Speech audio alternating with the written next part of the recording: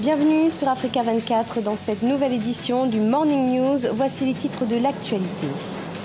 Les 6 chefs d'État africains des pays des Grands Lacs se sont rencontrés jeudi 19 octobre à Brazzaville, en République du Congo. Un rendez-vous placé sous le thème « Accélérer la mise en œuvre du pacte en vue de faciliter la stabilité et le développement dans la région des Grands Lacs ». La procureure de la Cour pénale internationale Fatou Bensouda était en visite dans la capitale malienne du 17 au 18 octobre. Une occasion de s'imprégner des questions relatives aux violations des droits humains.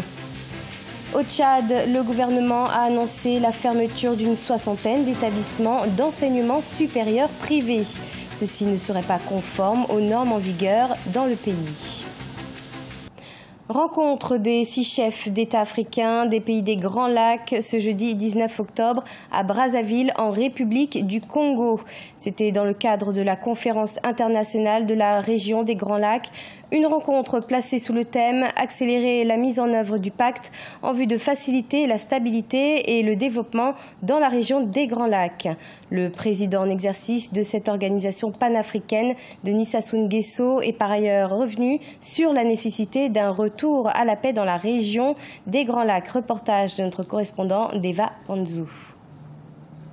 6 chefs d'État et de gouvernement ont pris part au 7e sommet ordinaire de la CIRGEL, la conférence internationale de la région des Grands Lacs, sous le thème « Accélérer la mise en œuvre du pacte en vue de faciliter la stabilité et le développement dans la région des Grands Lacs » ce jeudi 19 octobre 2017 au Centre international de conférence de Kintélé. Les 12 États de la conférence internationale de la région des Grands Lacs devront fédérer leurs efforts afin d'impulser le retour de la paix. Durant mon mandat à la tête de la conférence, j'envisage de créer les conditions nécessaires de dialogue pour donner une nouvelle impulsion au retour de la paix dans notre zone. Tous les chantiers pour la paix dans la région des Grands Lacs nous recommandent de fédérer nos énergies et de progresser toujours ensemble de manière solidaire et résolue. Plusieurs conflits contribuent à déstabiliser la région des Grands Lacs, notamment en RDC, en République centrafricaine, au Burundi et au Soudan du Sud. Les chefs d'État de la CIRGEL comptent sur l'appui direct de l'Organisation des Nations Unies qui a actuellement 5 missions dans la région des Grands Lacs pour atteindre un bilan positif dans la gestion des conflits et des différends. La conférence a interpellé les États sur leur contribution inhérente au bon fonctionnement de l'organisation.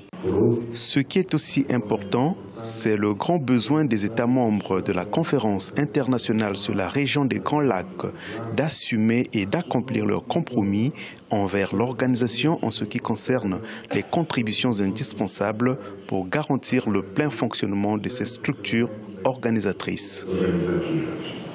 À l'issue du 7e sommet ordinaire de la conférence internationale sur la région des Grands Lacs, la République du Congo assurera la présidence de l'organisation, la République d'Angola la première vice-présidence et l'Ouganda la deuxième vice-présidence. L'Ouganda serait déjà disposé à accueillir le 8e sommet de la CIRGEL en 2018.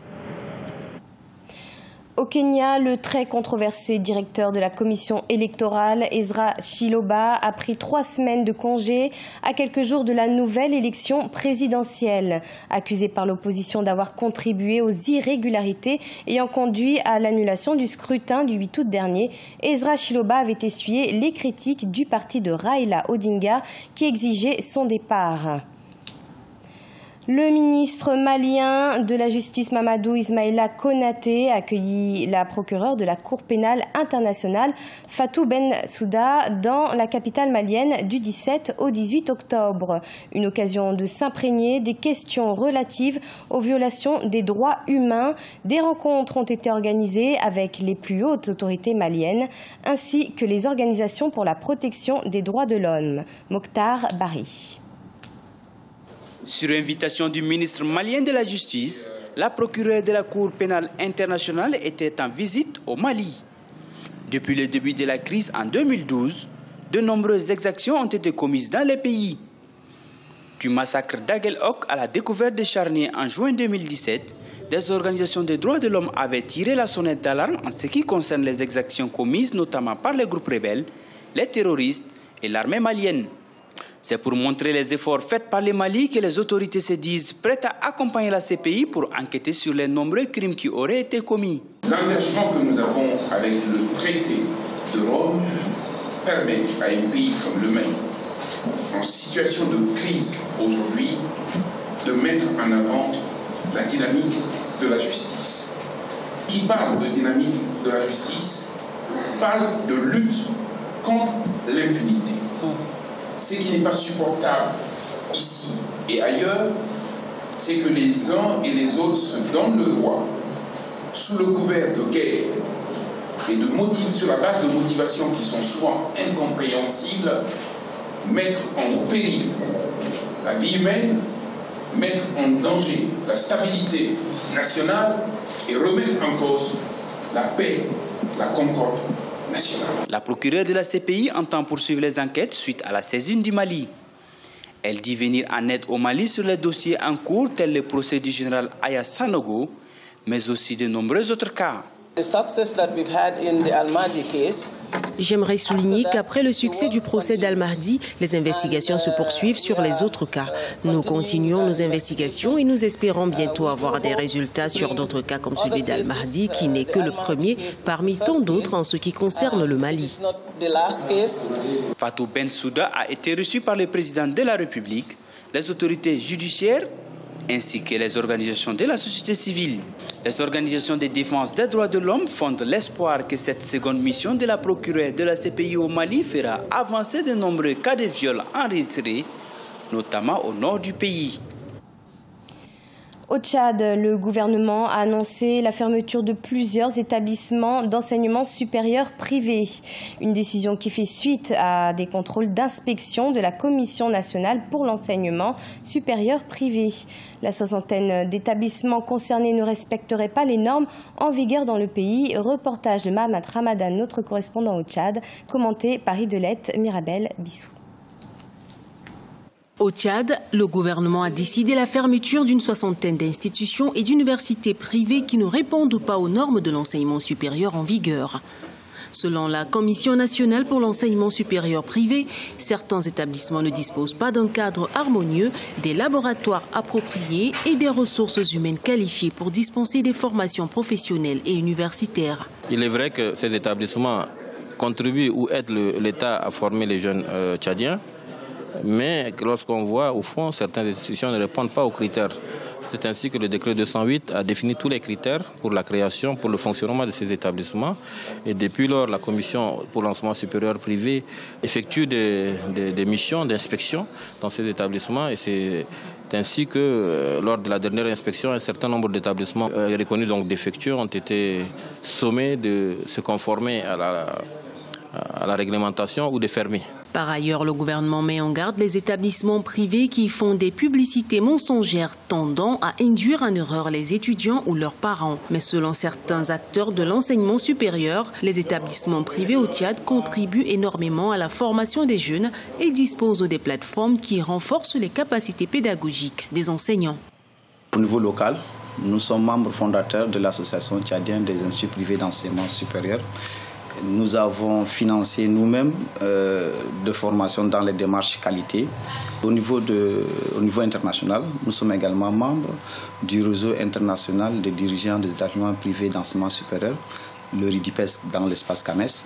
Nous avons créé ce réseau en octobre 2014 aux assises de la table ronde des partenaires au plan stratégique du CAMES. Alors, nous contribuons énormément dans la démarche qualité au niveau de l'enseignement supérieur au Tchad. Rappelons qu'au Tchad, les instituts et les universités privées constituent 70% des établissements d'enseignement supérieur du pays. Ils recrutent en moyenne 40 000 étudiants par an et produisent environ 15 000 diplômés chaque année.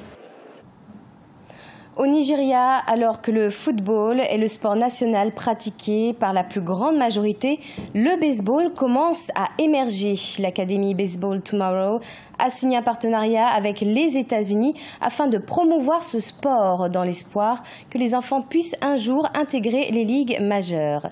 Ashley Duprat.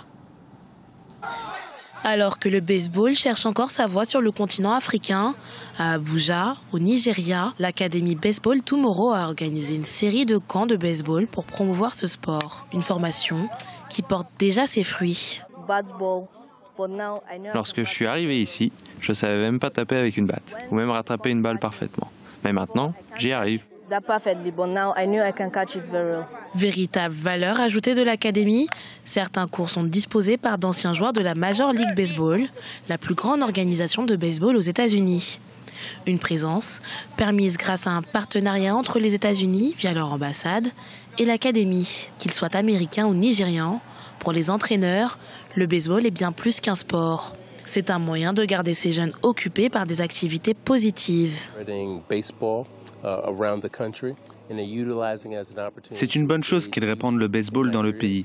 Vous savez, c'est une opportunité de mettre ces jeunes sur le bon chemin, leur apprendre l'esprit d'équipe, leur donner le goût de l'exercice, comment rester en bonne santé, mais aussi les maintenir à l'écart de la drogue, en les conseillant. Toutes ces choses feront d'eux de bons citoyens.